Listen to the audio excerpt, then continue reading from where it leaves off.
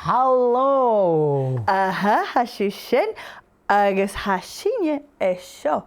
Jísol is dúnach as an Facal Gàidhlig Na Seachdain an thucu. Oh, eis hinna de an párstas cútramíche den teachgain.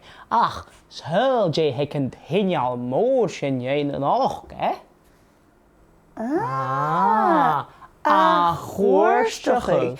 Jo Facal Gàidhlig I ciallachadh recycling sa chanan ile. Siúd a ghóillangi nach tar gain an a sentence. Ní me sé hin.